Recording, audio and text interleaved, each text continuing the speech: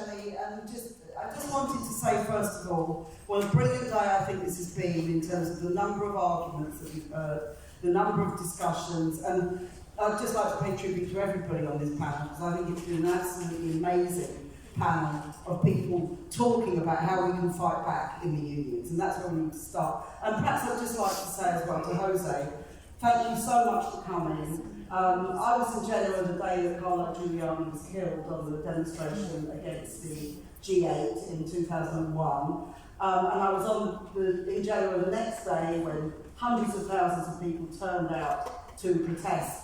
And we knew then they were building up the case for war, and it was only 2 months, 3 months later that 9/11 happened and the war in Afghanistan began, and that's where we came from. So to me, it's so moving to hear you talking about doing things to block weapons being moved, and thank you very, very much for everything you do.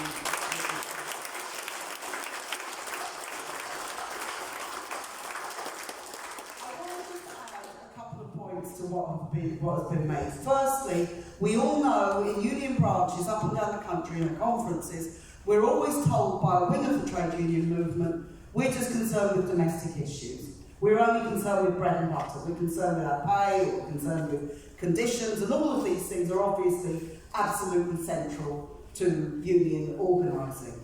But I think we have to start from the assumption that in this country, one of the oldest imperialisms in the world, the biggest arms spender in the whole of Europe, the biggest arms spending in the whole of Europe, we're talking about international issues are domestic issues in this country. They are not a secondary thing, they're not an add-on, and they're not something the trade unions can afford to ignore. And whether that's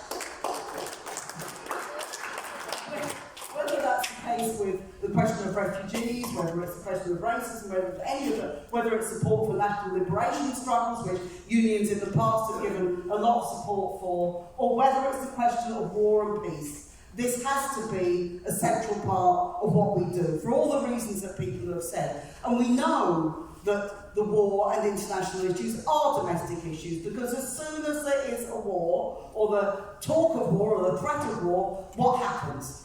Our government says we've got to find more money for arms spending, but sorry, we can't afford it for the nurses. Even worse, that the nurses are playing into Putin's hands, or Mitnick is a friend of Putin, a appeaser of Putin, or all the other things that they say about things. We know it from the StWC. This resolution would not have got through most years. It was against the background of a war in Ukraine and the media and government and everybody else building up that level of talking about war and saying that we have to support the war. That's why it got through last year. And again, to commend everybody here and other people who spoke against that resolution, who spoke brilliantly, and the pro-war argument was so weak and so poor, but nonetheless, it managed to succeed. And we wouldn't have had Keir Starmer daring to ban Labour MPs from speaking on Stop the War platforms or signing a perfectly reasonable statement calling for no war in Ukraine. We wouldn't have had any of those things if there hadn't been this atmosphere built up, and they are continuing to do this, and they know this play is not just about supporting wars, but about weakening the working class movement in this country. They're part of the same thing. The two things go together. If you support a war, then you are weakening the domestic agenda as well. You're making it harder for people to put the argument about going on strike. You're making it harder for people to put the argument in support of refugees. And that is something that really we have to reject. And we are in the middle of the most colossal world crisis over this country. People only need to look at what's happening in other countries. In Germany, there is the most amazing row going on about whether they should send Leopard tanks to Ukraine. Now, look at German history. Lots of public opinion in Germany is very much against sending tanks to Ukraine, because they know the fighting that took place in Ukraine during the Second World War, which actually part of which was the beginning of the Holocaust. It was where Jews were murdered in very, very large numbers. And what people are saying is we don't want to do this again. There must be other ways towards peace. Germany actually has a peace day on September the 1st, which is the anniversary of when it invaded Poland in 1939. They are very, very serious about not repeating this history. But even some of the left, including the Green Party in Germany, which is in government, are actually some of the most belligerent people that we need to send more weapons and we need to do all these sorts of things. So we have to say this is a class question. We're not going to be dragooned by NATO. We're not going to be dragooned by a Tory government, which has working class interests. It has no interest at all in supporting working class people. It's saying to the nurses, you have to increase your productivity, as if they're not working, and the ambulance drivers and all of the other people. They're saying to everybody, you have to take a cut in your living standard, but the billionaires and the arms dealers and the arms traders are all going to get better off. That is the question that they're telling us. And as for the pro-war left, which I think we have, this is the problem we have in the unions. There are many, many people saying we have to support sending more arms. We have to support all the things that people are doing. I would ask them one very simple question. Do you really think that a government led by Boris Johnson or by Rishi Sunak, or a government led by Joe Biden, or a government led by Macron, or any of them, do you really think they are seriously concerned about the people of Ukraine?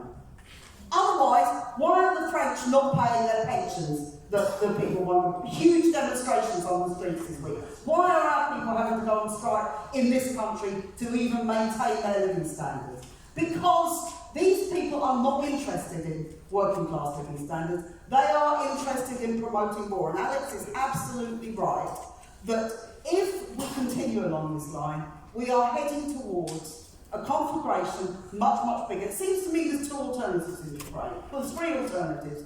One is it carries on like Afghanistan for year after year, with much more bitter fighting than a lot of the time in Afghanistan, in the war of attrition. The second is that it spreads to other parts of Eastern Europe and wider still, and possibly even to a nuclear conflict. Those are both real possibilities. The only other alternative is peace.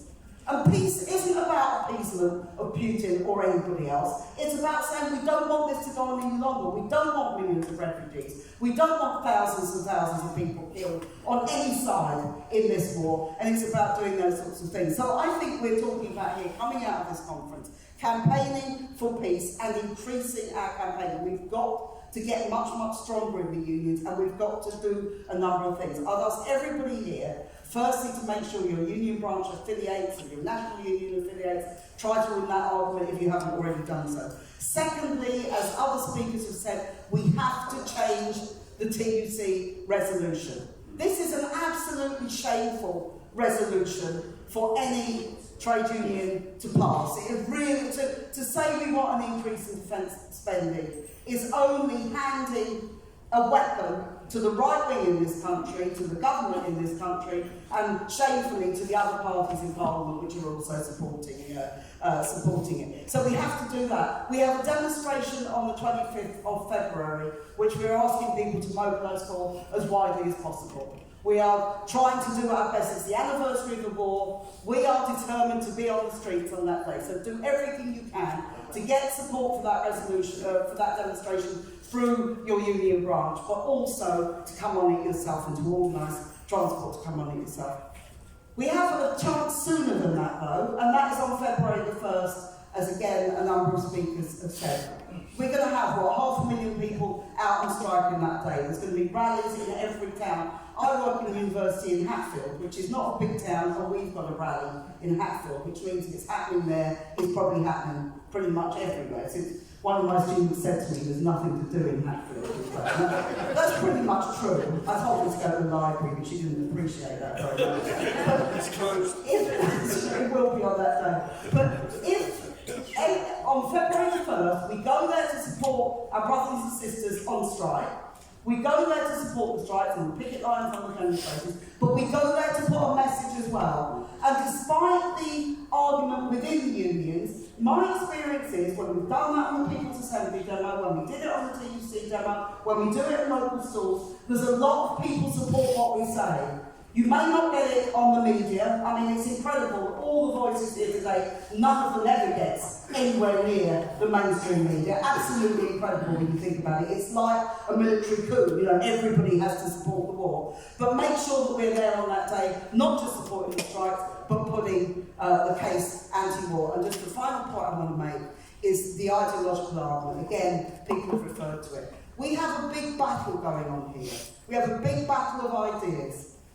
We know the war in Afghanistan, going back before that, the war in Yugoslavia, before the Yugoslavia, the war in Afghanistan, the war in Iraq, Libya, Yemen is going on, Syria. None of them did remotely what they said they were going to do, which was to bring peace and democracy and prosperity to the people there. In every case, they made things worse. That will be the case in Ukraine as well, and anywhere else that the war happens. So we have to say what this is about. We have to say it's about imperial powers in conflict. We have to say that the biggest imperial power is the United States of America, the biggest, another 2.7 billion just given this week while people don't have a health service in the United States. Those are the kind of issues we need to bring up. So that is a task I think we've got to do, and I think we've got to go out from this conference and really renew the effort to build Stop the War in the unions. Alex referred to, I've got a lovely picture at home of Bob Crow stewarding a September 2002 demonstration which was against the war in Iraq and in support of the Palestinians. And he was a very big bloke, which was just as well, because the demonstration at the front was totally out of control, and he managed to kind of get it back in control. We had all those unions supporting us back then, and most of them still do, but the truth is, it's taken us, 22 years to get a union conference. So my suggestion is that we make it a lot sooner before we have the next one. Thanks very much.